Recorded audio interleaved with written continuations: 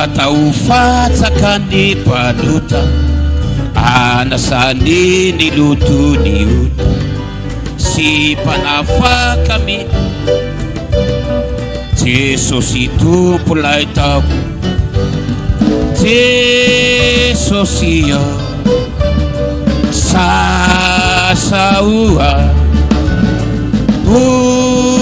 fotsy matino ny orapa, le zanaitso de fidiovana tsy mahomby, fa Jesosy no mpanavotra, tsy hotratry ny fanosonana. Jesosy saoa fotsy matino ny orapa,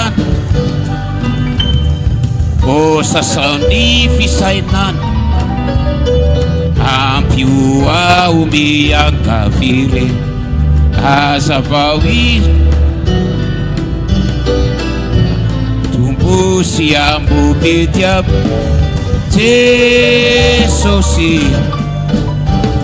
sasaoa fotsy matino ny orapanal, fotsy no ny orapanal, izay no tena ilaiko ianao ry Kristio, no fatsakana mabuti Jesosy